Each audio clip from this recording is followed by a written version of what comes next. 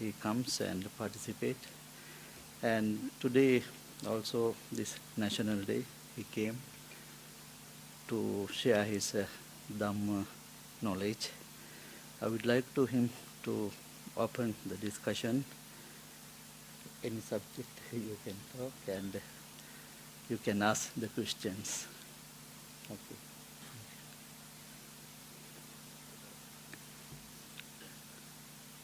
It's working or not?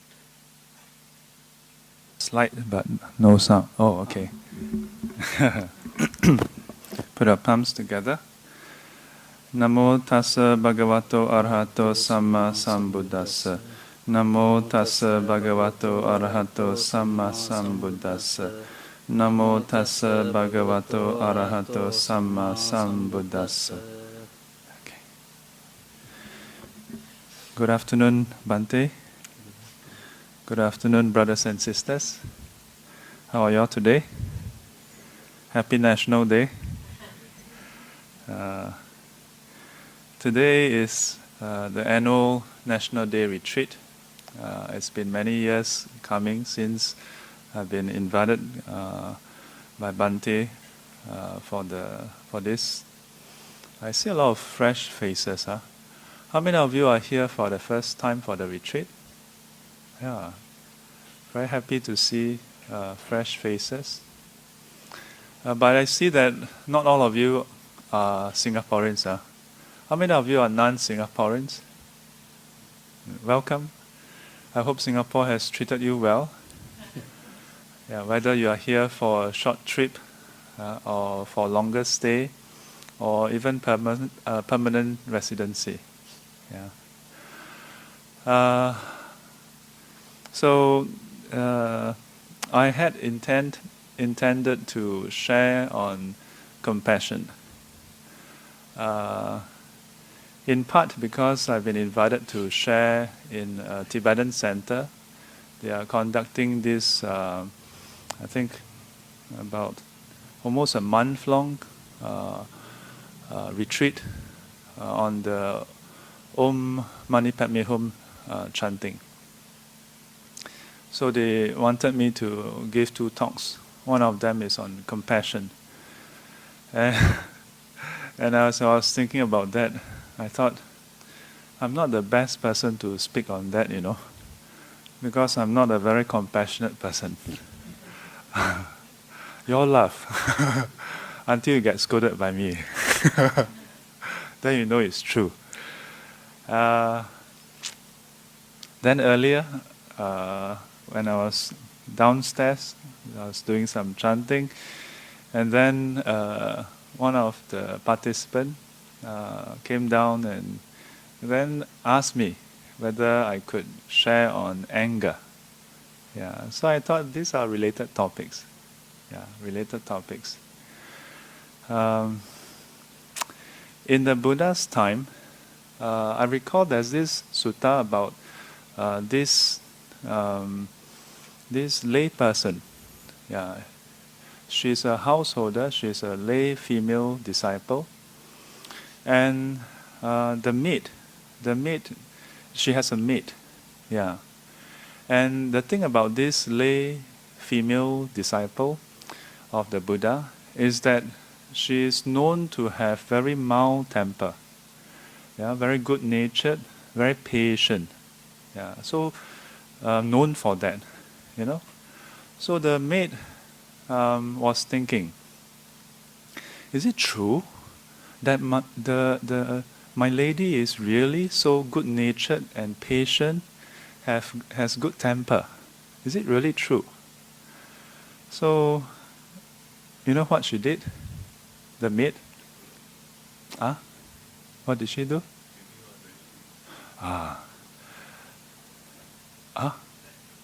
She test her. That you said she cut her.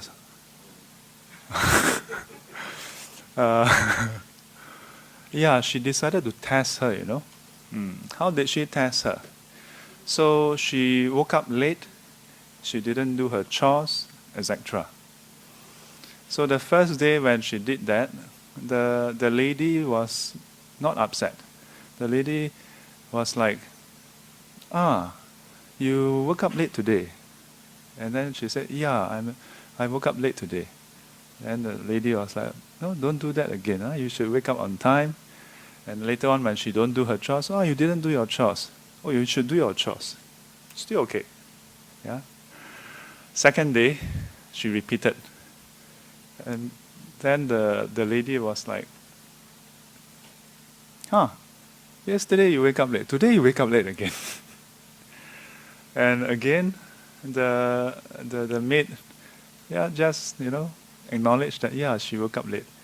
Didn't really appear apologetic or anything. And remember, this was part of her attempt to test, to see whether the lady, the mistress was really someone of good nature, someone who is kind, who is patient, and so on. This persists for a few more days, and one fine day, it was one day too many. And the mistress was so upset. If I don't recall wrongly, I think she hit the maid on the head. And then the maid ran out into the streets with the head and then declared to the whole world, this is how kind my mistress is. Just because I woke up late a few days, this is what she do. I don't know what do you all think about this? In a way, maybe there's some similarities in our life, isn't it? If a person do something once, maybe we're not so angry. But if the person keep on doing it, second day still do it, third day, fourth day, up to a week, how long would how many days can you endure? If let's say your neighbor, on the first day, at night 10 p.m. play loud music, how many of you would do anything about that? After I have shared that sutta, you know that you all shouldn't do it, then nobody respond. How about 2 days? 2 consecutive days. First day, loud music at 10 p.m. Second day, loud music at 10 p.m.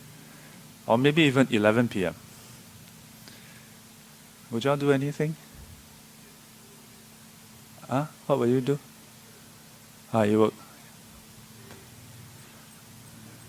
You would go over and ask them to not play loud music at 10 or 11 p.m., isn't it? How many of you would do that? So few. Maybe you are like, no, Shifu, 9:30 I'm gone already. I sleep with earplugs anyway.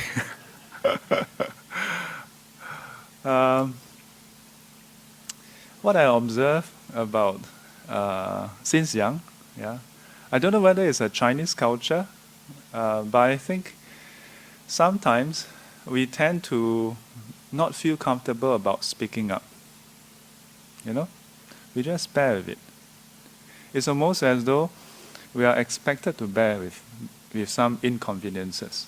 We don't want to appear to be petty.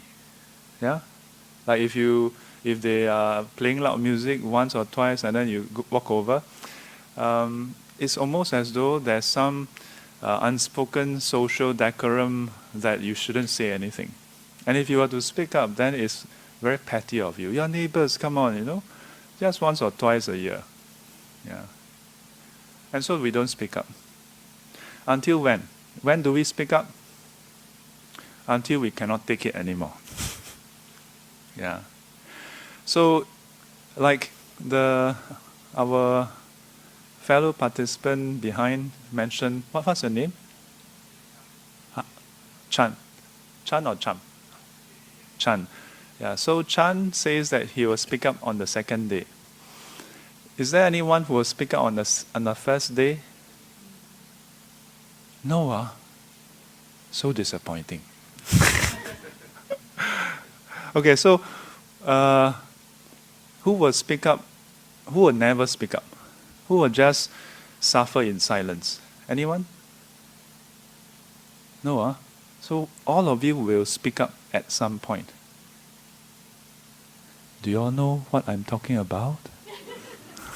Can all of you, this is an English group, right? In the end, after I finish, when I go off, then all of you like, 不懂他讲什么这样 or apa ini? So all of you understand me, yeah? Okay, so I need some visual feedback. If it's the Buddha's time, you all don't have to respond. You know why? Buddha just observe, he can read all your mind. I'm not quite there. I need you all to respond, okay? So, one person will speak to the neighbor on the second day. How many of you will speak on the third day? Okay? Fourth day? Fifth? At some point, you all will have to raise your hand. I can go on. I have 1 hour. Fifth day? Six? Seven? Eight? Or seven and above? How many of you will speak up 7 and above? Those who have not raised your hand, you have to, 7 and above. At some point, we will speak up, right? So let me ask you, is it more likely that if you speak up after many days, it's more likely that you speak up because you cannot stand it anymore? And when you cannot stand it anymore, is it more likely that you're going to speak out of emotions? And there I guess that the emotions will not be a happy one. Like after 7 days, it'll be like you're going over, hey, hi neighbor. Would you be going there, or would you be like, hello, hello? Which way will it be? Will it be ding dong? And then the person open up. How would your response be? How would your opening line be like? Oh, he's already knocking on the wall. Can you try to imagine that? Yeah. I often do this in class, in talks, because I feel that many times when we learn about the Dhamma, sometimes we learn the Dhamma and it's important to contextualize the teachings. Yeah, and in particular to really ask ourselves, how are we going to react? Because that's the real truth. Yeah, that's a real situation that you can possibly encounter. Yeah, so just try to imagine this happening. And whichever number you put, whether you decide to respond on the first or second or nth day, you just ask yourself, how are you going to feel? Okay, I want you to just imagine that. Or if you have a past experience where you are really upset about something because of repeated encounters, and I want you to just try to recollect how it feels, okay? Just for a split second, try to recollect how it feels or imagine how it would feel, okay? And ask yourself, upon seeing the person, what is the first thing out of your mouth? Would it be something pleasant? Or would it be something with a bit of aggression, unhappiness? Yeah.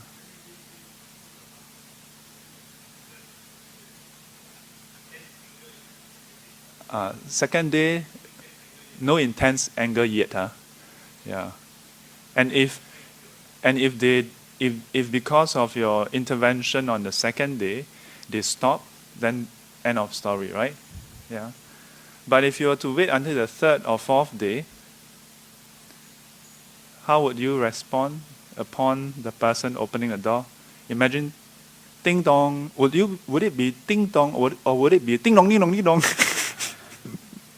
And when the person open up, and then loud music blasting, the person, hey, want to join us? What would you say? What would you say?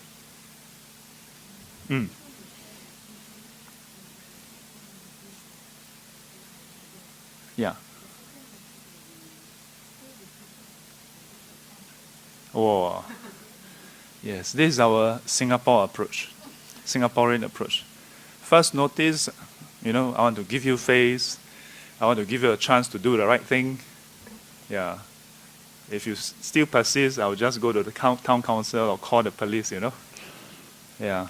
But what is the first, like, how long will you take for you to make the first move?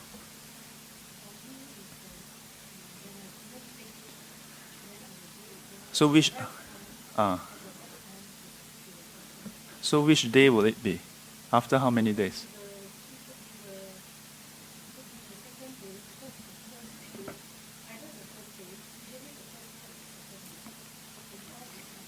Okay. So either the first day or the second day, you would speak to the person in person. And how would you be feeling? You will still talk nicely, although you cannot take it anymore.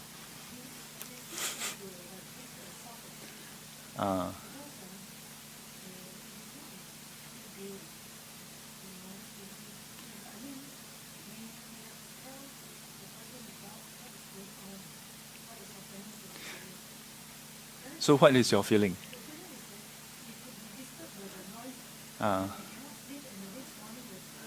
Right. Right. Okay.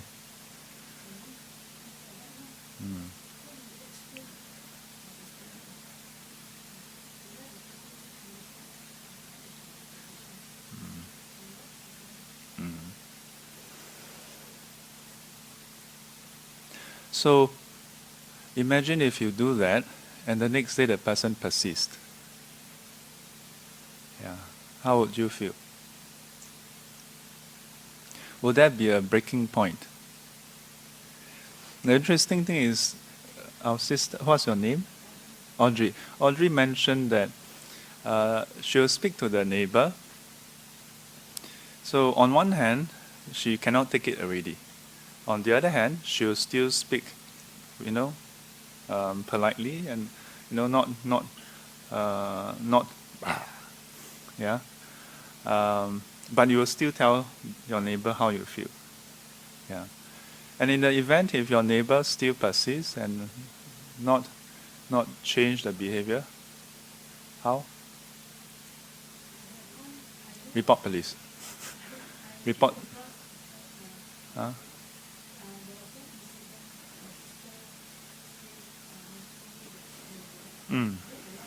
Ah.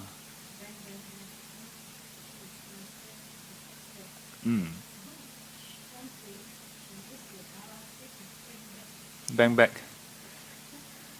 I hope her ceiling is not a. So they bang down, she bang up.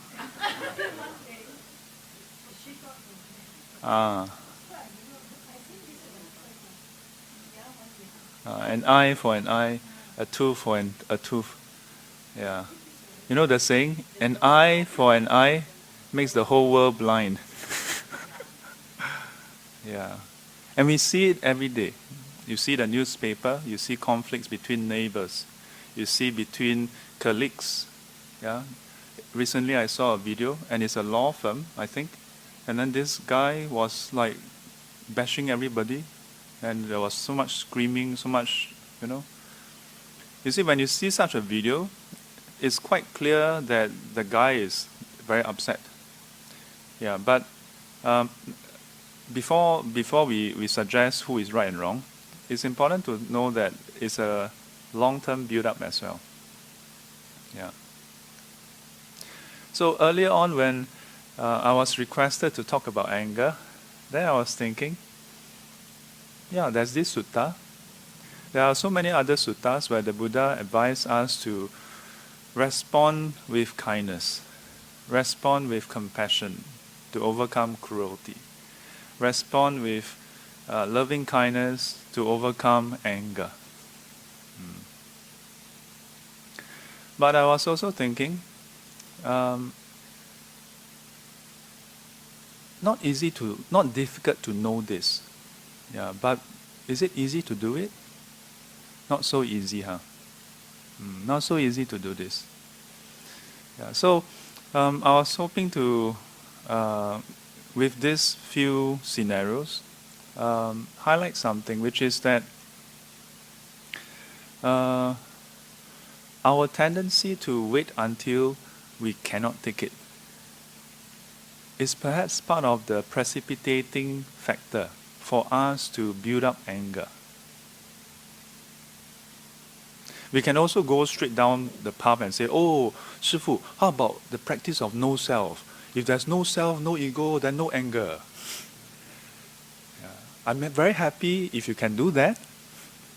But last I checked, most of the time we have a difficult time trying to do that. You know? Having sat through many sessions, many counseling sessions with students, I observed that there's a certain pattern here, which is that perhaps due to culture or otherwise, we tend to hold back, we tend to refrain from speaking up. Such that the only time we speak up is shouting, yeah, or raising our voice, or where emotions are high. And sometimes even in front of Shifu, they shout at each other. When the emotions are so high, Shifu, look at them, they look at me and continue shouting. Yeah. So I've been sharing with different students and different groups about this idea that perhaps we should learn to speak up before anger build up. That is okay to speak up. Yeah. That if, let's say, using the noise at, the loud music at 10 p.m. as an example, that it's okay to speak up even on the first day. That will there be people who feel that you are too petty? Maybe. But that's their choice. Yeah? Even if you go on the 7th day, there can still be people who feel that you are too petty. Does it mean that you can never ever speak up? Yeah. To me, people have the right to think what they want. Yeah. But I think it's better to establish clear boundaries. Yeah. That if this is not acceptable, to just speak up. But that's just the first part. Before you all run off and, tell all your neighbors, you cannot do this, you cannot do that, and tell your spouse, tell your children, tell your parents, tell your boss. Before you do that, you must also know that while we have the,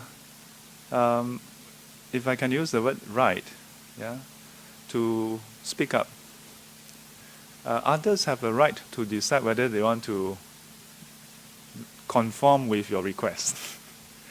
Because the funny thing is, well, maybe not so funny for them, funny for me, but not to trivialize. So sometimes during the session, I suggest this to some couples, and they say, "Oh, that's an interesting idea. Never thought of, just speaking up at the get-go." So they establish boundaries and say, "This is what I need you to do. That's what I want you to do," and so on. And 2 weeks later, come back for a follow-up session, and then I was like, "So how did it work out?" And they were like, "Shifu, yeah, I follow advice. I speak up. But you look at him, never change. Never change." Yeah. Whether at work, at home, with our spouse or our children, our family members, or even neighbors, it seems almost natural, yeah, that we would feel frustrated, yeah, when things don't go our way. We want them to do this, they don't do this. They do the opposite. Yeah? Or they do almost the same thing as we wanted, but fall short of it.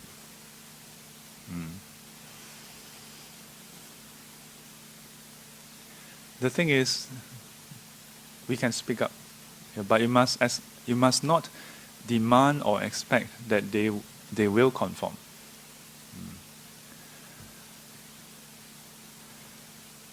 This is actually very interesting, because this is actually the number 7 type of suffering. In the first noble truth. Are you all familiar with the 4 noble truths? Yes? What's the first noble truth? the noble truth of suffering, dukkha. Yeah? There are a lot of different categorization. One of them is the 8 types. Yeah? More correctly is 7 types, because the number 8 is like a summary of all of them. Yeah, so birth, aging, sickness and death, contact with unpleasant one, separation from loved one, and number 7 is interesting, because number 7 is not getting what you want. So I want to ask you all to do a second exercise. Think about the last time you got angry. Yeah? And ask yourself, is it because you didn't get what you want? Interesting, huh?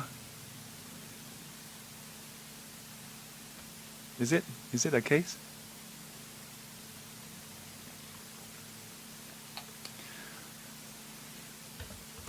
More often than not, when we get upset, whether it's a big matter or small, behind that is either direct or indirect, where the outcome is not what we want.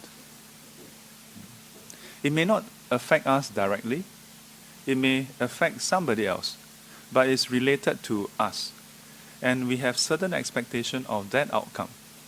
We want it, we hope it, we expect it to be a certain way, but it's not. Yeah. So this desire for things to conform to our wishes is, at least, I don't want to jump straight to the conclusion that that is the root of our anger or suffering, okay? But at least we have to agree that that is part of the set of variables, if you will, part of the conditions for that dissatisfaction, dukkha, to arise. Agree? So then, why is there such an expectation? Why? Why is there such an expectation? In the teaching on the 3 universal characteristics, anicca, dukkha, anatta, impermanence, suffering, no self, I remember there was once I was drafting an opening address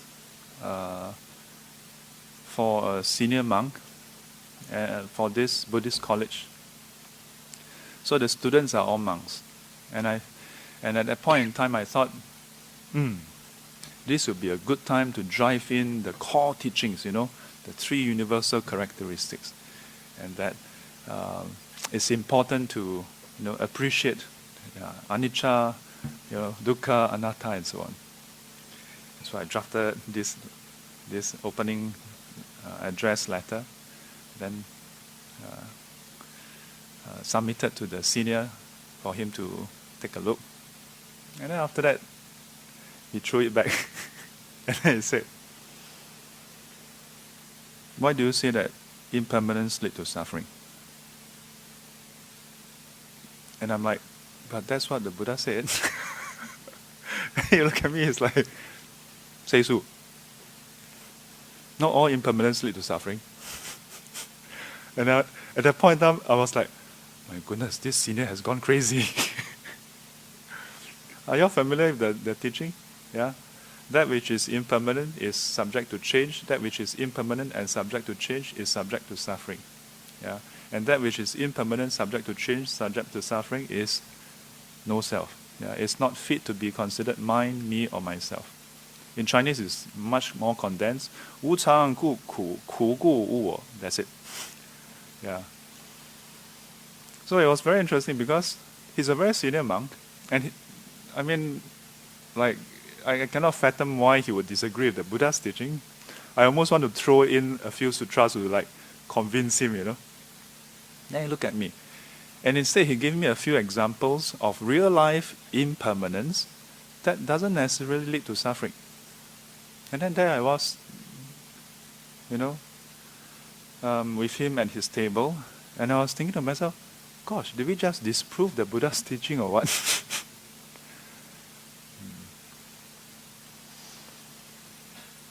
Over time, I went back, he said, not to put that. So I had no choice, right? I went back, change it. And it knocked me for a while. And I thought, why is this the case? And over the years, I went through some teachings by other very senior monks like Ajahn Chah. And I came across this teaching that he gave, where he was explaining anicca. And he said, most of the time we think about anicca just in terms of impermanence. Yeah? And then he added that this impermanence has an element of uncertainty. And that is why it is suffering. It is not just change. It is this uncertainty inside. And I was like, oh, that's interesting. Never really thought about that. Is impermanence certain or uncertain? In a way, it's certain, because it's a matter of when and not if. Change will happen. The trouble is when. The when is uncertain. When will it change? If you know exactly when all changes will happen, you'll be a wanted person. Yeah, the whole world will be looking for you. Tell me, when will this change? Yeah, from scientists to politicians, yeah, stock market, husbands and wife will be looking for you. Yeah, when will my husband change? Yeah, parents will be asking you, when will my children change? The question is when. Why don't we know? So there's this question mark. Yeah. Then over the years, in the past about coming to 12 or 13 years, I've been giving teachings on this Heart Sutra, the essence of the perfection of wisdom. And within it is this very simple concept. When I say simple, it's actually very profound. Oftentimes they say simple yet profound. Yeah, they seldom just say profound. Yeah, and seldom just say simple. Simple yet profound. Teaching on emptiness. Yeah, and the gist of it is about how fabricated things depend on conditions. Yeah, depend on conditions to come about. In Chinese is 缘起有. The 有 is existence. Things do exist, not that they don't exist, but they exist dependent on conditions. Dependent on conditions. And because within the conditions, you cannot find any essence. You cannot find anything inherent within the conditions. So it is empty of any inherent characteristics. Hence, 自性空.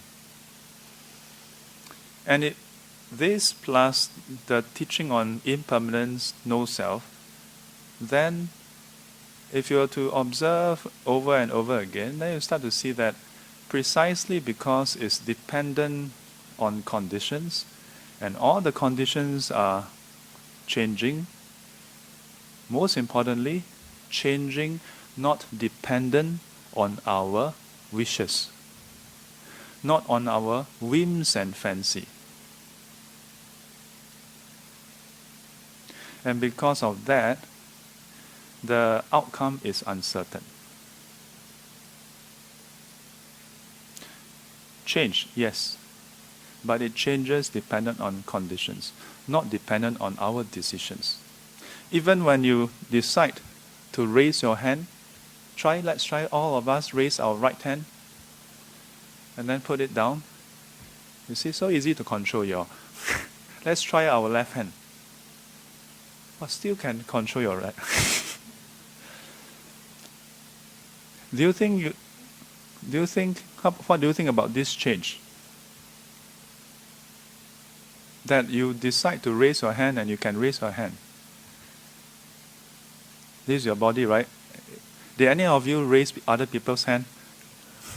That when you decide to raise your hand and somebody else's hands raised and your hand remained there? Or was it your hand that raised when you decide to raise your hand? You see, even down to movement of our hands is dependent on conditions. But we don't consciously think about this. We are not consciously aware of this. When we move our hands, move our head, even our eyes, the gaze of our eyes, it seems almost as though it is an inbuilt function of ours. Yeah, because this is my hand, ma. Right? No, I must say it in Singlish manner. This is my hand, ma. You know? Of course I can move my hand. Right? But the truth is, even something as intimate as our limbs, we can move it because of conditions. Our intent is a very crucial part of it, no less. Yeah? But the truth is, a lot of other things as part of our body need to be functioning in the right order. But we're not aware of this. Yeah? Any of you, on some days, wake up and you have a cold shoulder? Or is it called frozen shoulder? Frozen shoulder? And you find that you can only raise up to this point and you cannot go further up? Those individuals who experience that may have quite a bit of surprise and say, hey, how come I can't move it up? Because conditions have changed. My dad, in the past 5 over years or 10 years, my dad is already 78 odd, yeah. He has dementia now. So he's quite happy these days. Just sitting there. But before that, he has been pretty fit all his life. But on some days, after he passed 60 plus, going to 70, on occasion he will say that, some days he wake up, then suddenly, Hokkien say, joy tio, yeah, and then he has difficulty even standing up. Can you imagine just the act of standing up? You would think that your body, your leg, why can't you stand up? And there's no visible damage to the body, but as long as some part is not working, yeah, try as you might, think as you might, you can't stand. You can't raise your hand. Yeah, so if even our body is not, how do I put it, absolutely within your control, then what more of other things? This lack of absolute control is an aspect of no self. Yeah. In the teachings, when we talk about no self, anatta, there are 3 aspects of it that we must first establish, which is the nature of self. Yeah. In Chinese, when I say in Chinese, it's not like it's specific to the Chinese tradition. It's just I happen to learn it from the Chinese lineage. Okay, yeah. If you look at the Pali commentary, you'll find similar descriptions of it, which is that self has 3 aspects. Yeah. 常恒住不变异有主宰. So the first one is ever in existence, eternal. The second is unchanging. The third is the one that we are interested here. Yeah, the third, 有主宰, has absolute control. Independent control, autonomy.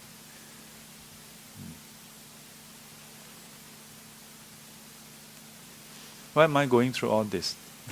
Almost like becoming Abhidhamma class.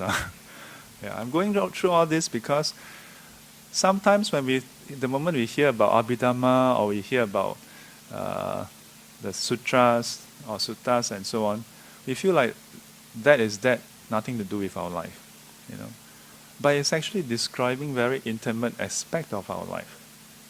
Yeah. When we talk about the the principle of no self, or the teaching of no self, is actually about this. Yeah, that this third aspect of self, where there's absolute autonomy, control, even as far as our body is is concerned, is not present. But our day-to-day experience tells us otherwise. Our day-to-day experience seems to imply that we have absolute control over our body. When I was much younger, in Dhamma talks, many venerables would say things like, does the body belong to you? If it belongs to you, then when you fall sick, you just will yourself to health. Don't fall sick. Okay. Yeah. You're having headache. Don't have headache. Dang. Yeah. Then you don't have to dye your hair. Your hair turning white, you just black hair. Dang. Yeah. Or for that matter, you want to have a bit of a tint. Yeah. Light brown. Dang. Light brown. Purple. Pung. Can or not? Yeah. When I was much younger, when I heard these examples, I was finding it a bit curious. Like, wow, it's obvious that cannot be done, right? But what does that prove? But over the years, I started to realize that while those examples may appear apparent, there are many other aspects of our life that is not so apparent. Yeah. And it requires us to really examine ourselves. Then we can see.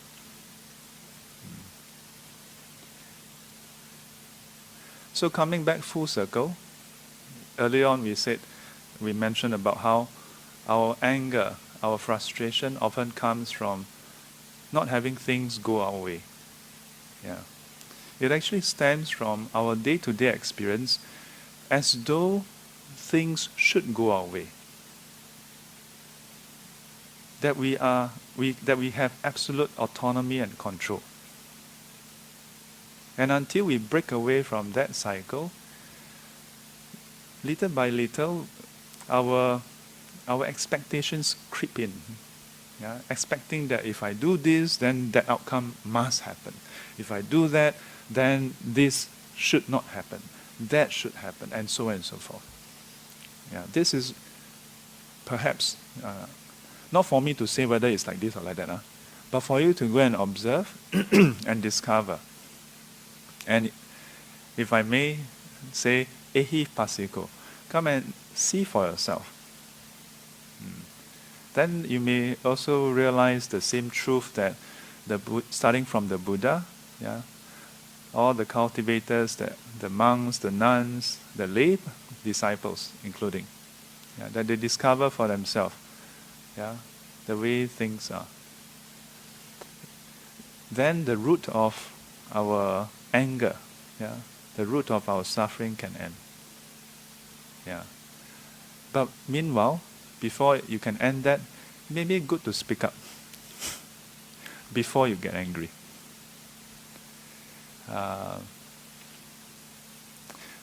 We have time for the Q&A, but in case I forget later, I want to wrap up the session to make a dedication, yeah, to our brothers and sisters in Hong Kong. I want to say something that is maybe politically incorrect. I want to wish them peace. I want to wish for them to have mutual respect and understanding, even as I don't necessarily understand nor agree with the protests, the riots, and their methods. I say that it's not politically correct to say because I see so many many of my friends on Facebook, like it's almost as though if you are a decent person, you must support the protest. Yeah, I personally don't understand completely. Yeah, and from the different arguments that were raised, I don't necessarily agree with it as well. But despite that, I want to wish for them to find peace in some ways. Yeah, and I hope that the chaos whoever is starting it, yeah, all that chaos can come to an end. And may they find some peaceful resolution among themselves. Amitabha.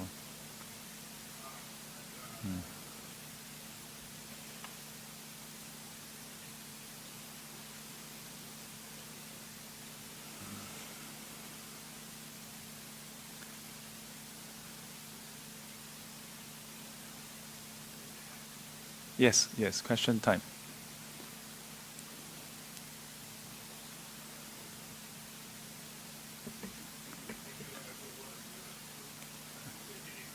Ah.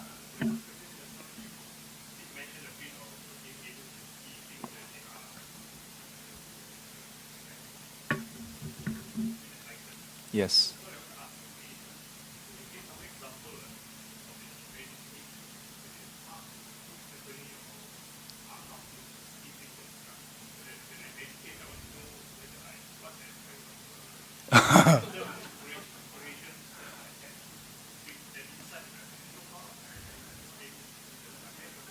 Oh. Ah. Before I start, I must first forewarn you all. Number one, I already told you I'm not a very compassionate monk. And number two, if I can even call them insights, are oftentimes very not aha to most people. Yeah, I don't even know whether they count as insights. So first thing, I'm not going to be describing to you all experiences, okay?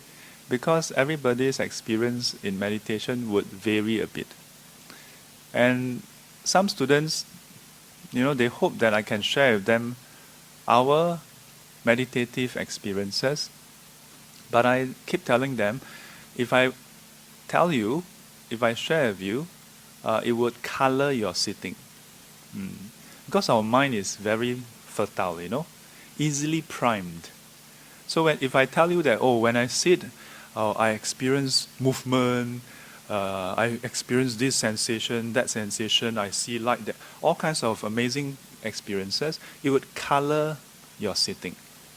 So I tell them, I would focus on maybe one or two things. And the first set would be the techniques, how to do the sitting. And number two would be the wisdom part, which is how to do contemplation. Yeah, so samatha and vipassana. But I still have to maybe tell you some of the supposed insight. How many of you, when you sit, hope that you can sit without leg pain? Okay? So by your giggles, I would assume that on and off you experiences some leg pain. So when you experience leg pain, what is your response? Are you likely to have an urge, an impulse to want to move? Not bad. Tahan first. Yeah. So some of you may instinctively say tahan first. Tahan means to endure. Okay? But some of you may instinctively just have the impulse to move. The truth is these two are actually more or less the same. Because the fact that you have the tahan means that there's actually an urge. Yeah, but as to whether it's the urge to move or not, that's another question. So one day, sometimes I jump ahead of myself. So there are different school of training. There's one school which I was trained under before, and it's basically ignore the pain, just focus on your breath. Yeah. So in a way, some say that's the pure samatha, just whatever other stimulus, just put it aside, come back to the breath.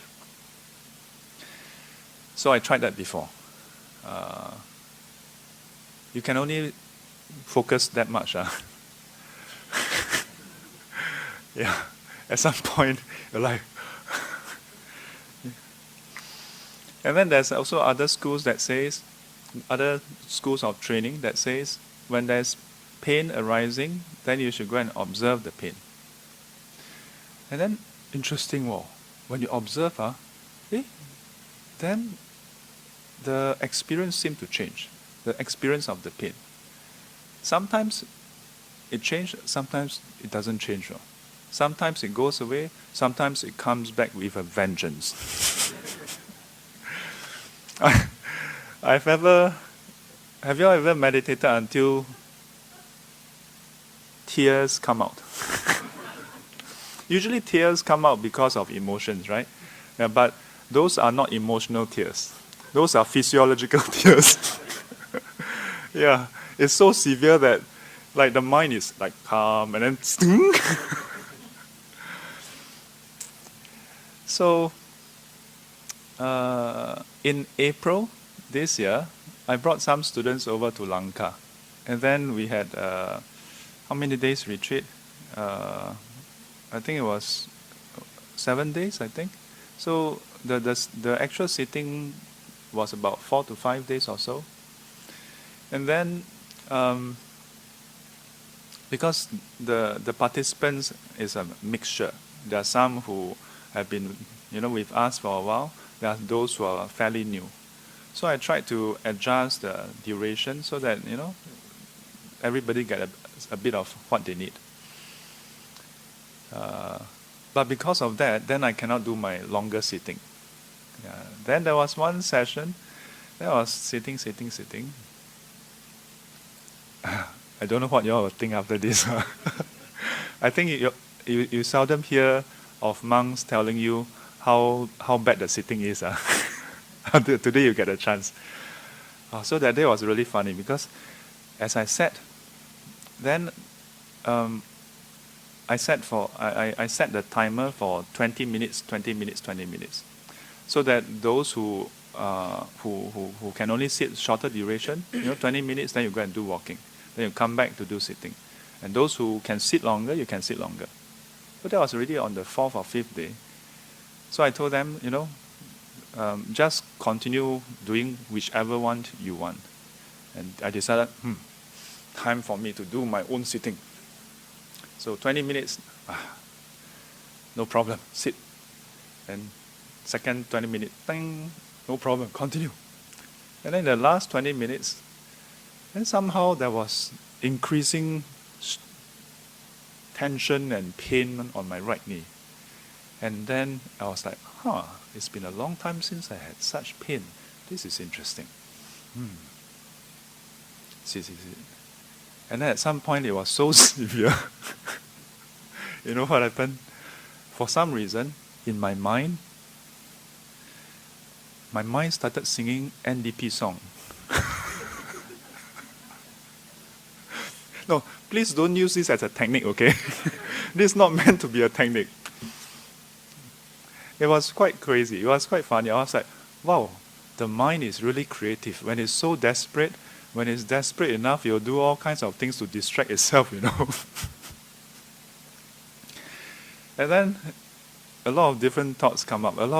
And the funny thing is the kind of like Dhamma thoughts, like considering, this is not discursive thought. This is using Dhamma to analyze the situation. Our mind is very tricky. Our mind will come up with all kinds of rationalization and all kinds of whatever you want to think,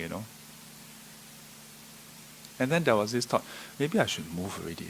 It's getting quite bad. And then suddenly I had this, and as I observed the pain, and then I thought, okay, so what if I move? What will happen? What will happen when you move? You will release the pain, isn't it? Because when you move, then there's release in pressure, increased circulation. No more pressure, no more pain. Ideally, that's what happened, right? Have you ever, like, when you move, then there's increased pain? Usually not, But have you ever thought about how before you do sitting, there's no pain as well? Right? Then you sit for a certain duration, then there's pain. And if you just move immediately, you're just going back to square one. You know what I'm saying? So if all you want is no pain, then just don't sit. It's very simple, right? So if you're already sitting and there's pain, and all you can think of, and if the only solution you can think of or you ever try is just to move, then you're just going back to square one. Is there any insight? Is there any progress, for you through that process?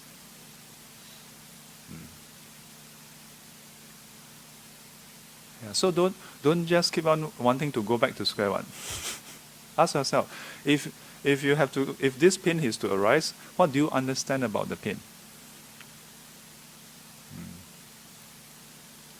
It's a silly, I don't know whether to call it insight, but it's a somewhat silly awareness.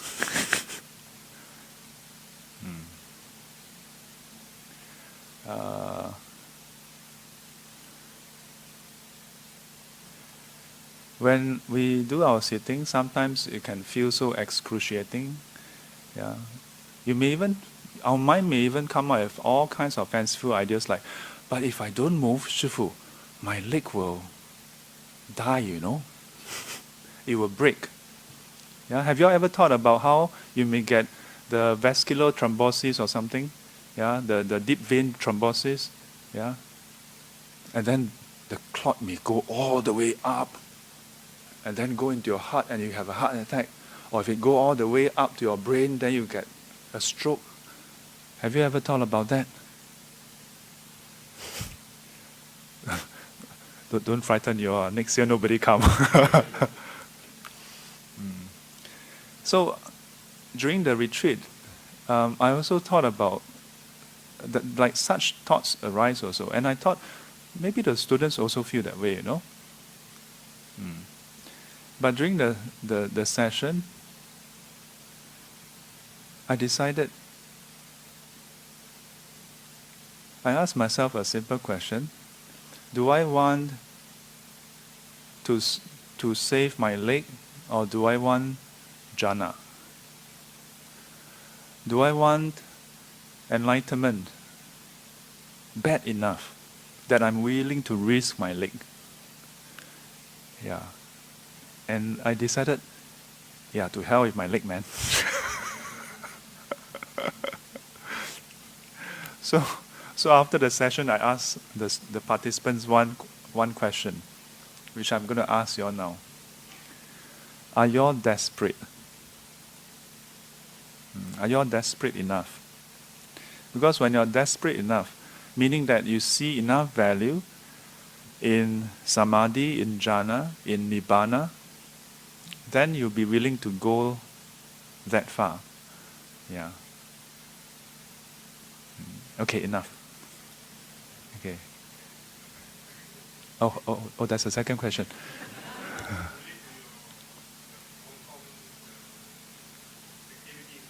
Yeah.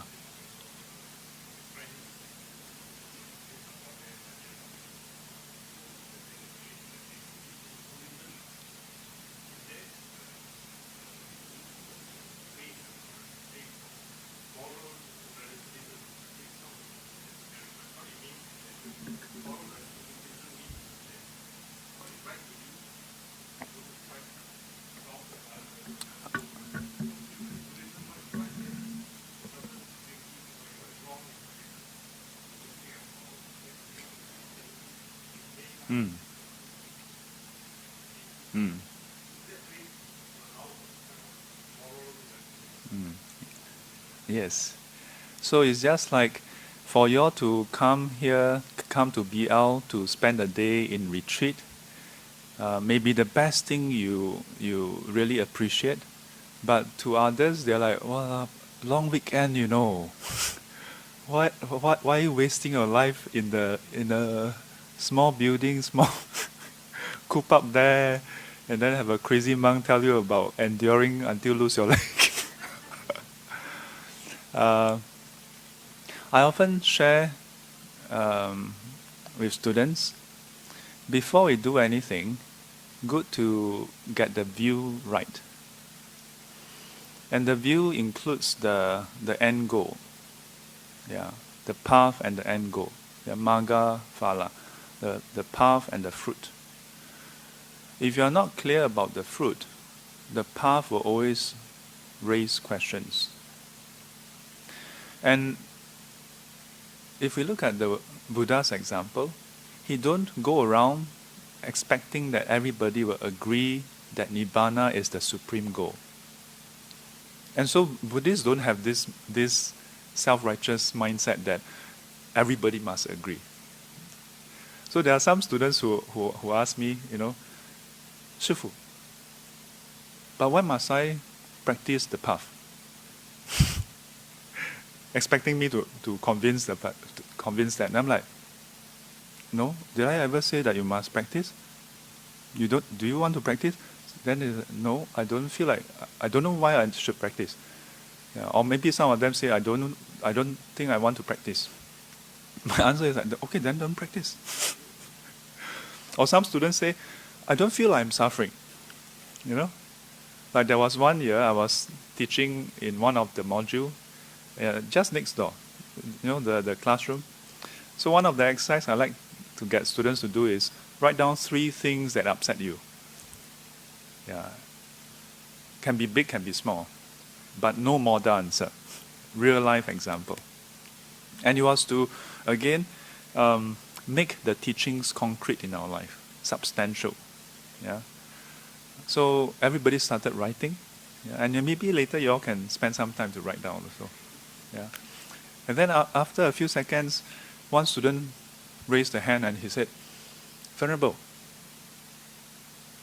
I don't have anything to write. Then I'm like, really? He said, yeah. So for the past 3 weeks, you have not been upset before? Then he's like, yeah. Okay, how about past 1 month?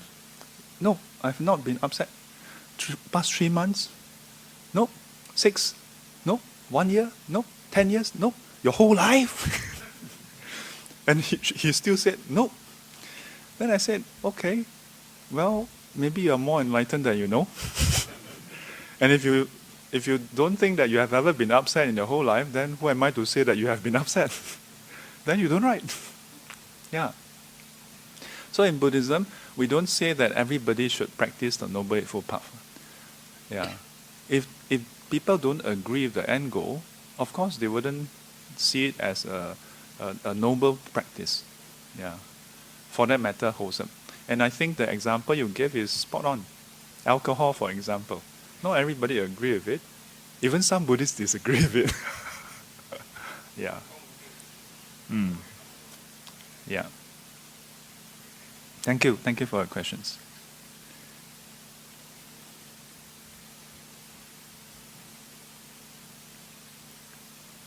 Other questions or thoughts?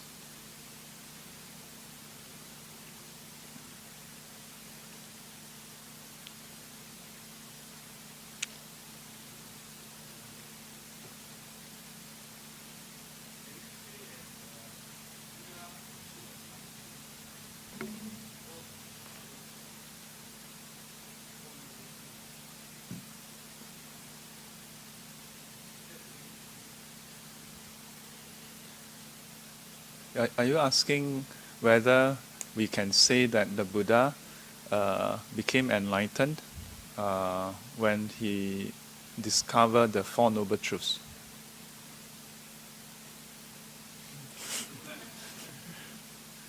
You must share the pain.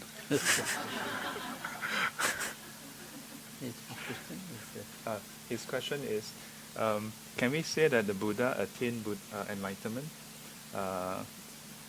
by discovering the Four Noble Truths? Yeah. Not discovering, you realize, Yes, he has realized the Four Noble Truth. Even before enlightenment, his enlightenment, he realized what is suffering in his lay life, and also when he practiced ascetic practices, he realized the suffering uh, mentally and physically, and also when he practiced meditation, then he realized also the suffering, and also he realized the cause of suffering. What is the cause? Cause is tanha. Then the cessation of suffering, how to overcome this suffering. Then he realized the path, the Eightfold Path. Then he practiced the path. Then that is the enlightenment of Buddha's enlightenment. He realized Four Noble Truth. The last one is Eightfold Path. He practiced that one and realized the Eightfold Path, that is the enlightenment.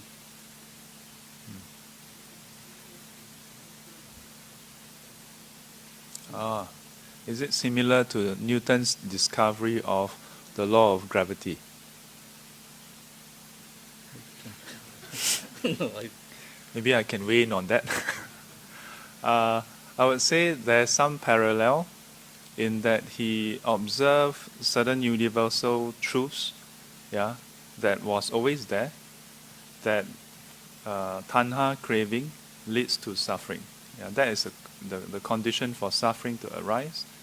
And when that is removed or ceased, then suffering ceases also. So to that extent, then we can say there's a parallel. And if I may just add one thing, if you look at the sutta on the Four Noble Truths, then the Buddha highlighted that this Four Noble Truth is to be acted upon differently. The first Noble Truth of suffering is to be comprehended. The second is to be abandoned. The cause of suffering is to be abandoned. The third is to be attained, the cessation of suffering. And the fourth is to be developed or practiced, as Bhante has highlighted earlier. Because oftentimes I don't know whether you all have this question mark before, but many years back, among friends, because we took RK, right, in the 80s, part of the religious studies. So we were having this question. We also learn about Four Noble Truths, but we're not enlightened yet. How come? It's because we only hear about it, we only know about it, but we haven't done the appropriate steps with respect to the Four Noble Truths.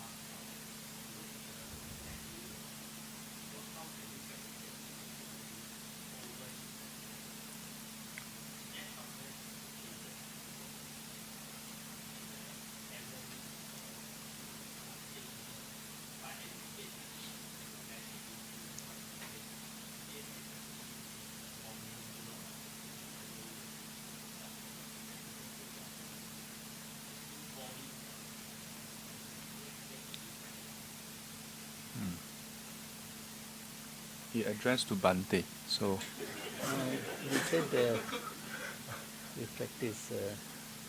I think the gist of his question was he referred to conventional and ultimate reality conventional truth and ultimate truth. But I think the gist of his question was, if a person before attaining enlightenment were to be reborn in the heavenly realm, the premise of his question was that in those other realms, there's no full corporeal body. So then, how does one practice further. further? Yeah. Yeah. Although some of his premise may not be complete. Yeah. Yes. When we practice like eight noble path, then the first stage is Sakadagami. Then that person can come to this world 7 times. Satakatu Parama, or 7 times. And also the other one that we call Sakadagami, once returner. And the third stage is non-returner. They be born in the Brahma world, formless realm. But mind is there. Yeah. In the Rupa Loka, right? Arupa Loka. Eh? Arupa Loka. The 5 pure abed, right? It's in the 4th jhana, Rupa Loka, right? That one. The last one is Arupa Loka. When you practice the Arupa jhanas, then be born in the Arupa Loka, formless realm. And that person, non-returner, born in Brahma world, formless realm, and the mind is there, can practice further, then attain Nibbana. Yeah. When you practice the jhanas, highest jhanas, the final goal is born as a being in Brahma world, formless realm. That's the highest attaining. Are you saying that the Brahma world is in formless realm? Formless realm. But Brahma world, Formless realm.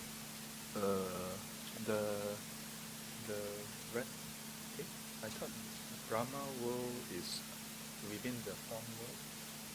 No, it's a Deva world. There are 16 Rupa world and Brahma world, only one. Yeah, but Brahma world, I thought was within Nobody. Within the form world. No, formless realm. Formless. Yeah. But formless is the base of infinite space, infinite consciousness, space of nothingness, then place of the neither perception or non-perception. Yeah, that's Arupa Loka. Yeah, but none of this define Brahma world, right? I thought Brahma world should be inside the Loka, the Rupa Loka. No. Maybe I double check.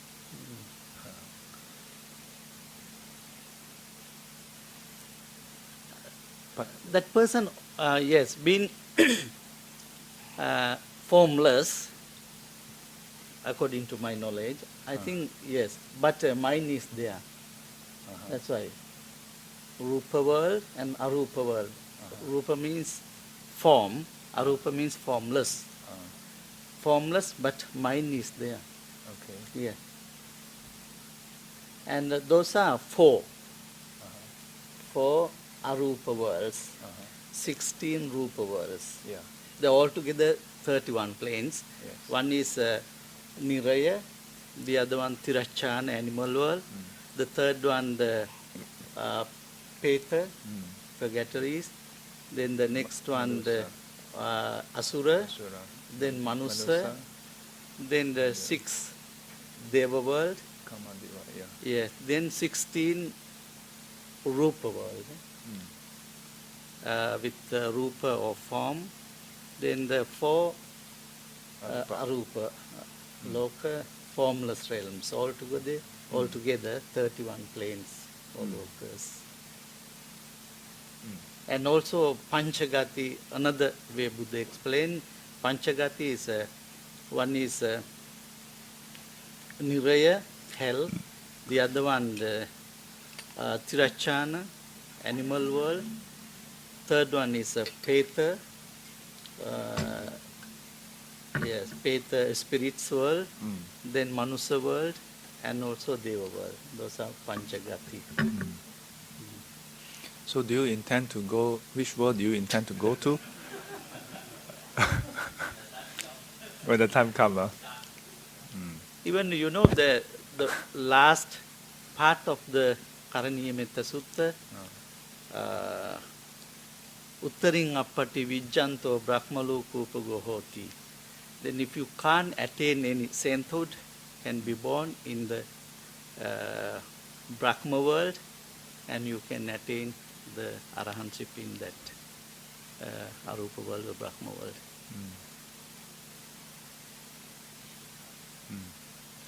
Yeah, but don't wait until you are in other world. Yeah, while you are in this world, come to Buddhist library. Bante have the meditation class. And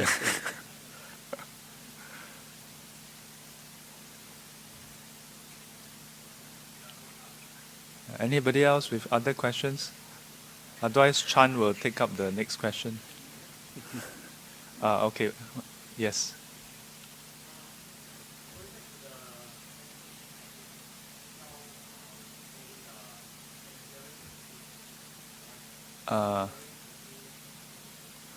I was. So.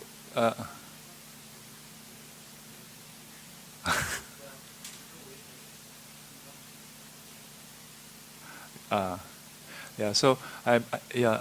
Thanks for clarifying. So that was the first particular branch of meditation technique that I learned. Just don't consider the pain, just meditate. Then there's also the one where you can observe the pain. Is it okay to move? In that case, is it okay to move? Of course it's okay to move. If our aim is for you not to move, then it's very simple. We just need one thing. You know what is it? A stick. Just whack you and then you then you will not move anymore. Yeah, it's okay to move. But it is about not simply moving whenever there's pain. You see, when we meditate, we actually experience a whole range of different physical sensation. The tendency is when there's any kind of physical discomfort, not just pain, even itch. Yeah, sometimes when we meditate, there's itch, isn't it? And there's no insect. Yeah, somehow our senses are somewhat heightened. Yeah, and then there's itch. And what is the tendency? Tendency to, yes, scratch. Very good. Yeah, that's our tendency, isn't it? To scratch. So again, nothing wrong with scratching, just as I'm scratching now. Yeah. Now the question is, do we have a choice? When there's itch, do we have a choice to scratch or not to scratch? We have, isn't it? Rightly speaking, there should be a choice. But if we habitually, whenever it's itchy, we just scratch, then after a while, we kind of forget that there's a choice. That when there's itch, we must scratch. When there's pain, we must move. When people shout at us, we must shout back. You know what I'm saying? Yeah. So even before we attain enlightenment, we can train up this mental strength, if you will. Yeah, where whether it's itchiness, numbness, pain or aches, we have a choice. Yeah, to regain this freedom. And by extension, even in our day-to-day life, when some disagreeable circumstances were to surface, maybe it's a text that someone sent to us, maybe it's an email, or maybe even a direct confrontation. Yeah, that we are aware that we have a choice. But if during sitting, just an itch, we are not able to decide, then what chance do we have in our daily life to not just explode? Yeah. Okay? Amitabha. Back to you, Chan.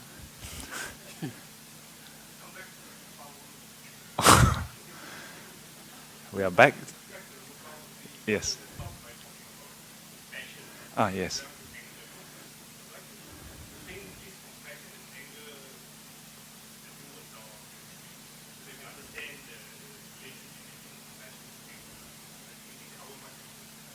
Yeah, I didn't directly cover it. I was going more for the root of our anger. Yeah, if you remove that, then the anger don't even arise. Maybe I share a small encounter of mine. Maybe a couple. The first one is the negative example. When I was a kid, we learn science, right? Primary school, we learn science, and then we learn about the life cycle of different animals, insects, and one of them was how mosquitoes develop. Yeah, it starts off with the what you call that, the pupae, with larva, then pupae or something. Then at some point, it actually surfaces into a small mosquito. So one fine day, in the toilet at home, I can't remember whether I was going to shit or pee, but I noticed that there is some water in the pail, and there was something moving inside. So I took a closer look. I was like, "Wow, there are some larvae, and you know how it's like, it's moving around." I got so excited, so I took an empty jar, scoop up some, and then cover it with some, I think it's one of those, the shrink wrap kind of material, and then tie a rubber band around it. And I remember my science well. You have to poke some holes, otherwise they cannot breathe, So I did, and over the course of the next maybe 1 week or I don't know, can't remember how long. There was this gap, so a jar, right? And then there was water, and then there's a gap, and before you know it, they have all hatched, and they just occupy that small layer there. Yeah. At that young age, I don't know why I did that actually. It was just curiosity, and so I play with it every day, And one day, as I was like tapping on the top layer, then one of them took a bite. I'm not proud to tell that, and if I have it another way, I wouldn't do what I did after that. In that split second, just a bite, I just shook the whole bottle. I don't want to excuse my act, saying that I was a kid, I didn't know better. No, you always know. Yeah.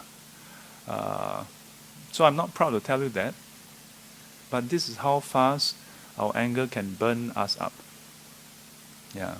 How we can lose our compassion. Yeah. And all of them died.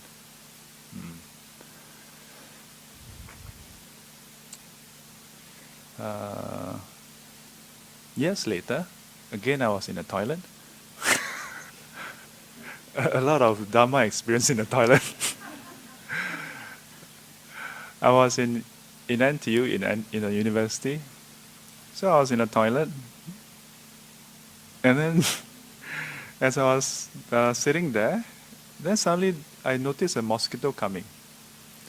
But by then, I was 20, maybe 21, 22. I like to think that the years of, exposure to Dhamma talks and teachings and so on must have rubbed off something, this time around I encountered a mosquito, and then I saw the mosquito fly around, and then it landed on my finger. And I was like, okay. But this time around, instead of like shooing, I didn't even shoo it away. I just observed it, and it was going around. Yeah. And then it sunk its that thing, yeah, the sting or something, yeah, and then try, and then take it out, and then move a few steps, and then I was like, do you want to get over with it? So ultimately, it found a spot, and then sunk deep in, and then it started to suck. Do not try it at home. And it sucked, and it sucked, and it was, I think it must have thought it was in Pure Land or something. Or heaven. Yeah. The interesting thing is that when I don't know what happened to me that day, maybe I went crazy, but as I was observing the mosquito, I don't want to be poetic and say, oh, I connected with the mosquito. No, I didn't. But I look at it differently. Yeah. And I just observed how it was gorging itself up. And then when it finished, it didn't just fly off. It finished and then it stayed there, and it was cleaning itself up.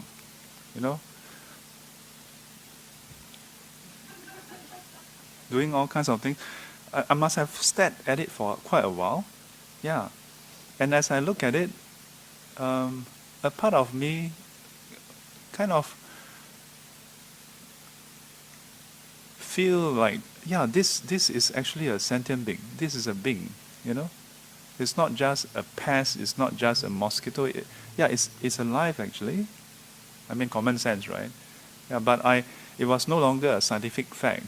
But I appreciated that this is actually something that's alive. But then I couldn't stay in the toilet for, I'm done with my business. I'm just waiting for him. Yeah, and then I was like, buddy, time to go. Then it stayed on for a while more, and then it flew off. Yeah. You know how it's like when the flight is overweight? So it flew, and then I saw it bounce, ding, ding, ding, ding, ding. Yeah, it was totally overloaded. Yeah. Compassion.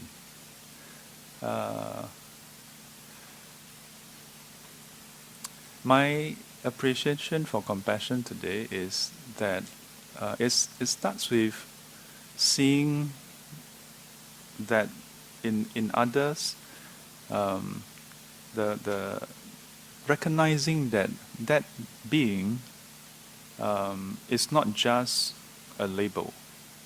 That being is not just a number, not a pest, yeah, but alive and feeling, sentient, to feel, yeah, that it can feel, yeah. But others would tell me, Shifu, you should kill the mosquito, it spreads, disease and stuff. The thing is that prior to that, or at some point, I actually got the dengue fever. Yeah, so before people, some people will say, but Shifu, you never get dengue fever. I had dengue fever before. And I know how severe and how bad it is. But still, I will say, no, it doesn't give us the right to kill anything just because maybe we will get dengue fever. Yeah. For me, this is what works. When I really look at other sentient beings, yeah, and recognize, not just cognitively, but really see that they are sentient. Yeah. The interesting thing is that even the little bit of compassion, as I said right at the start, I'm not compassionate. Even that little bit allows me to not want to kill the mosquito. So I think all of you can do better than me.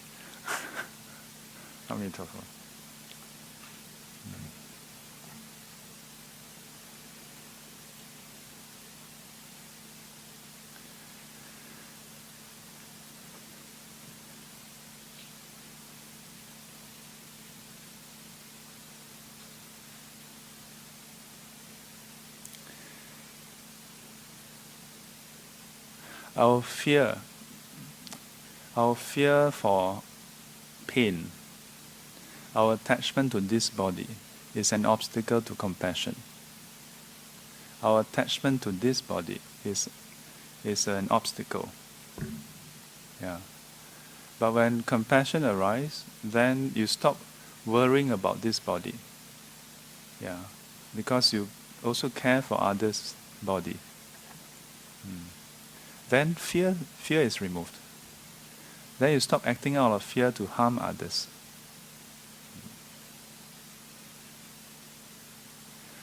But not easy. That's why there is bhavana.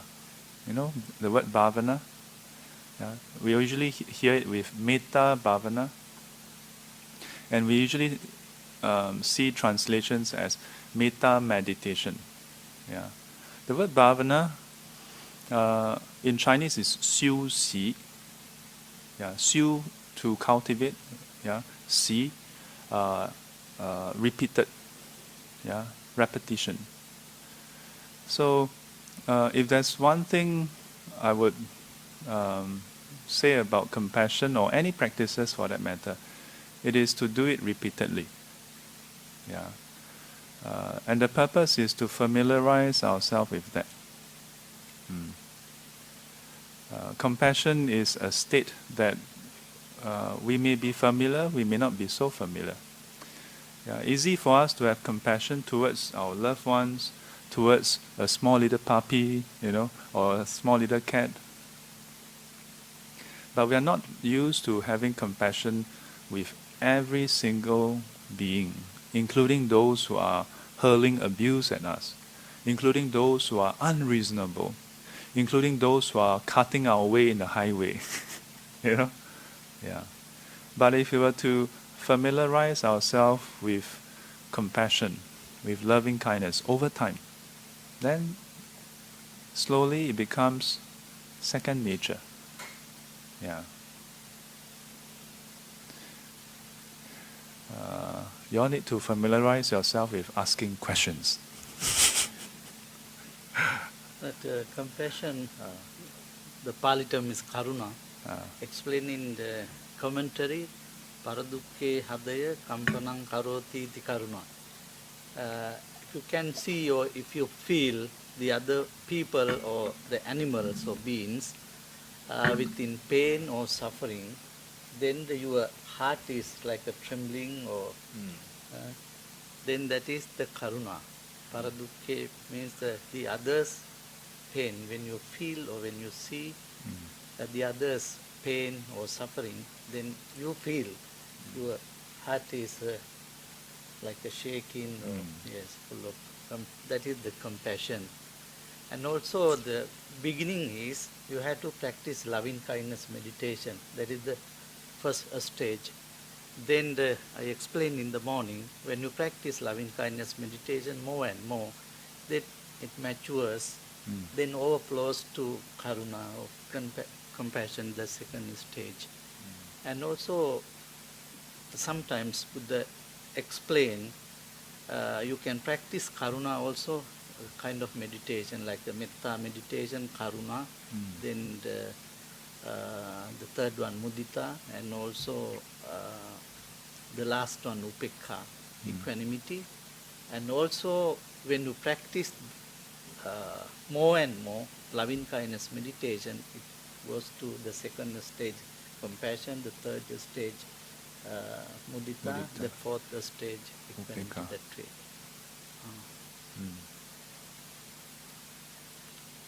Yes.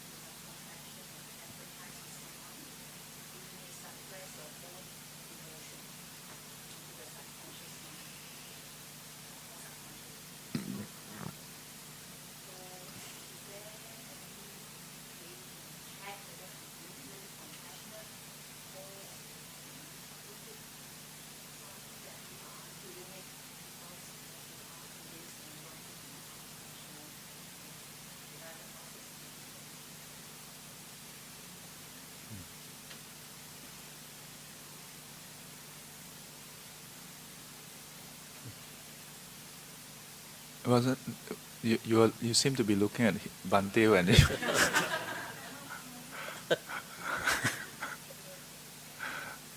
I have talked a lot already.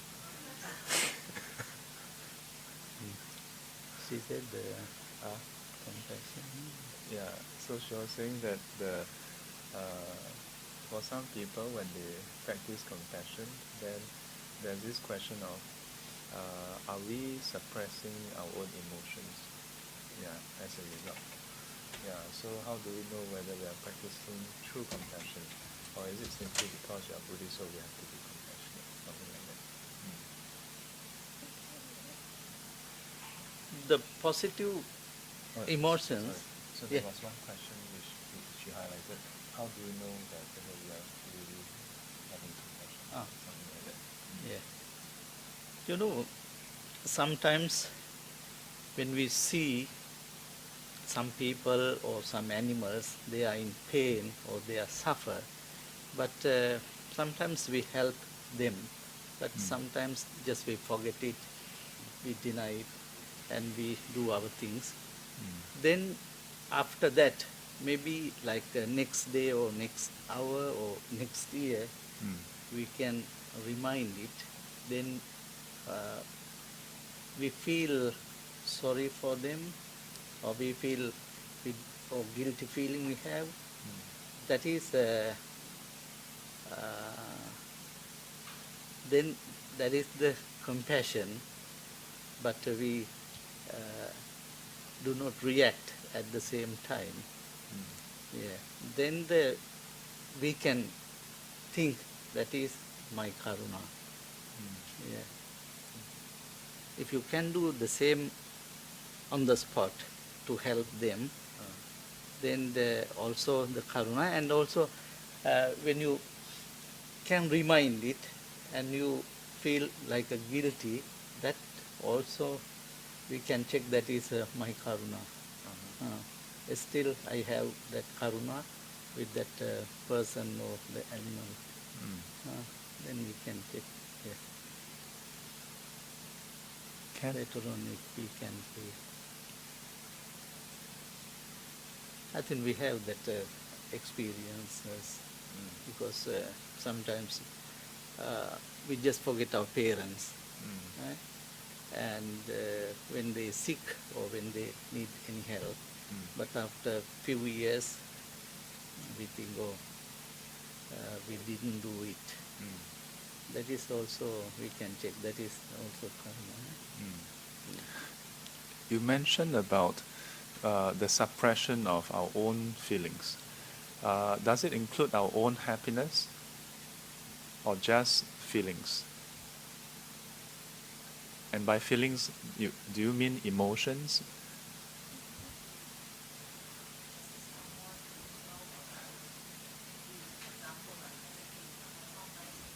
Ah.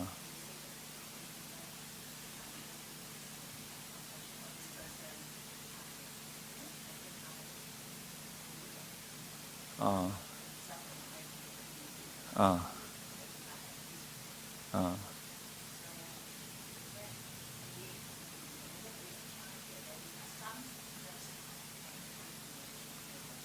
Ah. I take this part. It depends on how we actually self-regulate. Yeah. If we so in Chinese there's these two terms, 调伏 and 断除. Yeah. And then there's one more which is the suppression 压制. So the Buddhist practice actually doesn't involve the suppression. Rightly it should be mitigation and eradication. So it is where negative emotions arise. If it arises and you're able to cause it to reduce, not suppress, reduce, then that's mitigation. If you're able to cut off the root of the problem, then it doesn't even arise, then that's eradication. Yeah. So rightly speaking, if the person were to apply the Dhamma, it should be one of these. Yeah, shouldn't involve suppression. But I want to highlight that that is by right. Then there's by left. In reality, most people sometimes will fall into the by left. Yeah, where sometimes, especially if you are a caregiver, as a caregiver, whether in terms of a professional role, like if a person is a counselor, a social worker, or in nursing, yeah, it is your duty. And sometimes, as a result, you are just meting out the professional, discharging your professional duty, and then having the patient's or the client, the case or client's well-being at heart. But we may forget that or ignore the way we feel, just to get the things done, yeah, just to help the person. So that approach can only help us that long. That's why there are studies in recent years about how there's a lot of cases of depression in caregivers. Increasingly, a lot of medical institutions are having this awareness, and so the need to give care to caregivers, to help caregivers receive care as well. In fact, just last night, I was going through with one case, the mother and the son. The son is on the spectrum. So we've been on this regime for about 3 to 4 weeks. And then before that I highlighted that she need to also pay attention to the daughter, yeah, son and daughter. The tendency is when there's one child who is on the spectrum, or even one family member, then somehow we devote all attention. So have to take care of the one who is normal, who is not having special needs. So last night I highlighted something else to her, which is I asked her a question. Do you have time for your self-care? And then she was a bit taken aback, and then she kind of half laughed nervously, And then she said, have. Then I said, okay, so what do you do for self-care? Do you have time every day, minimally maybe 15 minutes or half an hour to yourself? Then she said, oh, when we do the chanting, then in a way I have some quiet time. I said, okay. So how about within a week, do you have at least 1 or 2 hours by yourself? Then she thought about it for a while, and then she said, "What does it count if we go play badminton? Does it count as self-care? Then I'm like, well, but that's still not time away from your child." So sometimes those who are caregivers, whether to as in a professional role or at home, we become so caught up with caring for the well-being of others, we forget about our own well-being. Yeah, so it's important, to take care of that as well. I think the first thing is to have recognition. Yeah. I don't know whether it's correct to say this, but don't try to be a Buddha when you're not yet a Buddha.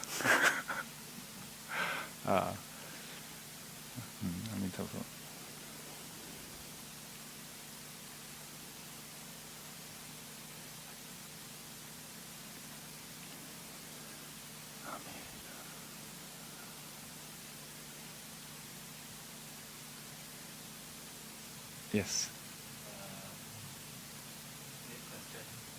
No question is big.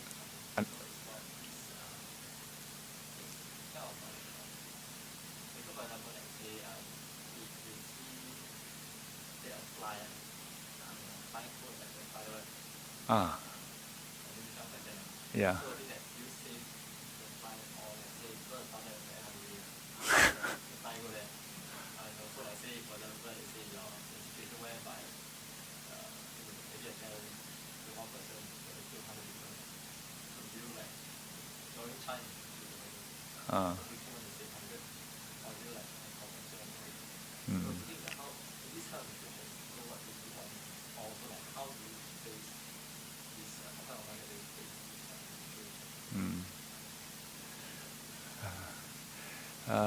This is also known as the trolley problem.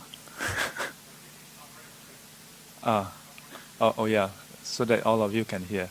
So he posed a few scenarios. The first scenario was a fly flying towards a spider web. Not the Spider-Man, but a real spider web. So the consideration, do you prevent the fly from flying in, thereby saving the fly? But as a result, the spider will go hungry. Or do you allow the fly to get trapped and then feed the spider, but then the fly have to die? Yeah, and then he mentioned a few other scenarios, which each one pose a slightly different predicament, but it's about making choices. Yeah, if you know that a terrorist is going to kill 100 person, do you then kill that one person? In fact, in the sutta, in the Buddha's past life, there was such a case. Yeah, you all may be familiar of the Buddha making the choice to kill one merchant in a ship of 500 in order to save the rest. Yeah. The interesting thing about that account is that the Buddha in that past life, after that, did go to hell. So in Buddhism, we don't justify the killing with compassion, saying that, oh, I acted out of compassion, so there should be no harmful or negative consequences. No. Yeah. The Buddha at the stage of Bodhisattva still experienced the painful results. And that is what is, in a way, different. Where the Bodhisattva knowingly, or for that matter, he who do that, knowingly take on the harmful or even painful consequences on himself. In order to save them all from those consequences. There was once when I was at RJ giving a talk. At the end of it, there was a reception, and the students came around, and a bunch of them, came around, and one of them asked me, "Are there no exceptions?" Because the first precepts, panatipata, viramani, sikkhapadam, samadhiyami, abstaining from killing. So isn't there any exception? Surely there must be an exception to the rule. So I told them this. Because they are all JC students, they have not gone into NS yet, I said, if now there is someone charging at us with a gun, and if I know for a fact that this person is going to kill all of you if he's not stopped, and somehow there's a gun, M16, or whichever type you wish to, is somehow in front of us, the irony is, the monk is the most well-trained person to use the gun. And I told them, I said, I will pick up the gun, and I will first fire one warning shot. And I said, this is your first warning, do not proceed. You will be fired upon. Standard SAF policy. If the person still proceed, I will fire a second warning shot, and I will say, this is your final warning. Do not proceed, you'll be fired upon. My instructors in BMT will be so proud of me. But the problem is, I'm a bobo shooter. I'm not a marksman. So chances are, I might hit the wrong place. But jokes aside, I told them this in all honesty. I will really shoot at the person. I will try my best not to kill the person. There's a high chance that if you tell anybody, there'll be people, that's a monk who said that? Yeah, I just said that. I have said that, I've repeated this account in many places. Because to me, if I know for a fact that person is going to kill all the kids, all those JC kids, and the only way to save them is for me to shoot at the person, I will do it. And I don't say that I do it, then later on say, hey, I shouldn't have bad karma, I'm saving people. To me, what are the choices? If I don't shoot, they die. If that's the case, I cannot live with myself, remaining pure, and then for all of them to die. I don't know what are the consequences of saving them, but if I know that if I don't shoot, they will all die, I will shoot. There's a high chance a lot of people will say, what kind of monk is that? Well, so be it, but that's the kind of monk I am, who will shoot for you. Yes. Okay.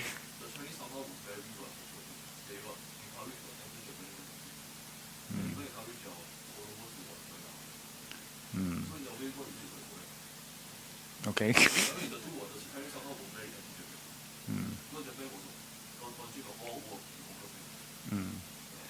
Yeah, so, but that's me, okay? That's me.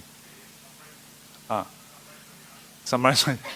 No, sure. He was highlighting that in 1930s, when Japan invaded China, the Chinese monks in China actually rallied and led anti-Japanese movement and encouraged the students, the disciples to join the army.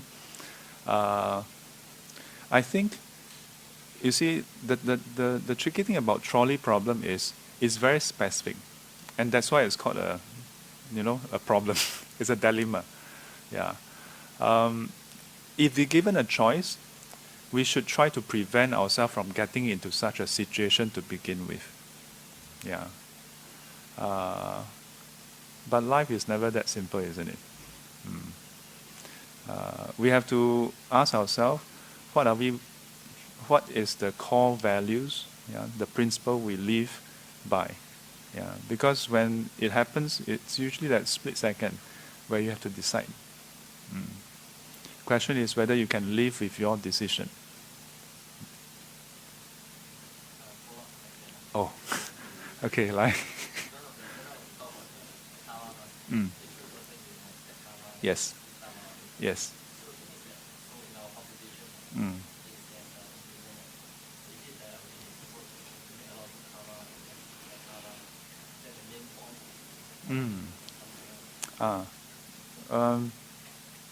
If you're trying to be liberated, you should try to not do so much karma.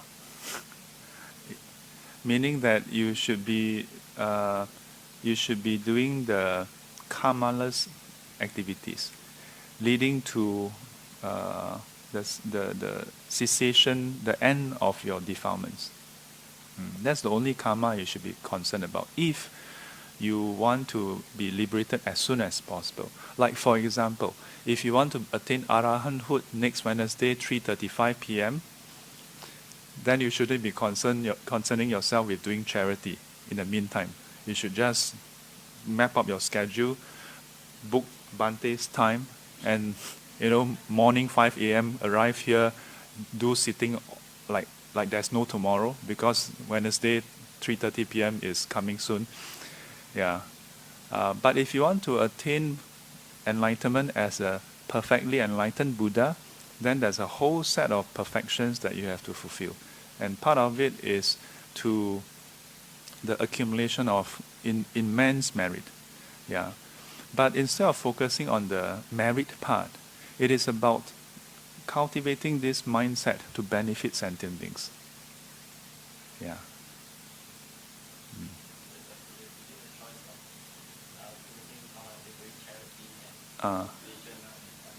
Yes. If you, depending on what you want, and again we come back to the moral that what you call that. Yeah, for me, I take on that stand. Depends on what you want. Yeah, or you may want to adopt an in between. Yeah, and you say, okay, maybe I'm not so in a rush for next Wednesday. Yeah, yeah. So in the meantime, do some dana, practice some sila. I mean, no some lah. Practice the whole sila. Then do some samadhi, develop your panya. Yeah, like a whole collection. Yeah, then slowly you develop.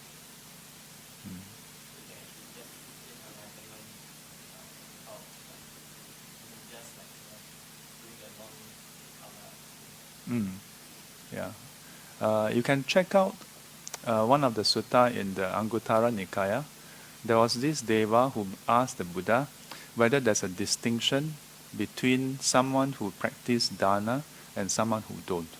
And it goes through a whole sequence of the practice itself of Atta Sila, like what you all are doing today, 8 precepts. Yeah, if a person practice 8 precepts and do dana, another person without dana, is there a distinction? And the Buddha said yes. Even when we're born in the heavenly realms, the one who practice dana on top of it, yeah, everything is more superior. Yeah, all the way down to being a human, down to becoming a monk. Even becoming a monk, the Buddha said, the one who do dana, when he go for alms, he will receive plentiful quality, variety, everything is better. But the only distinction that don't exist is when the 2 person attain arahanthood. Both will equally attain arahanthood. The dana don't affect it. But in the Buddha's time, Bhante, there were some arahants who go on alms round and don't receive any offering. Why? Low circle. Right? Because past life never do dana.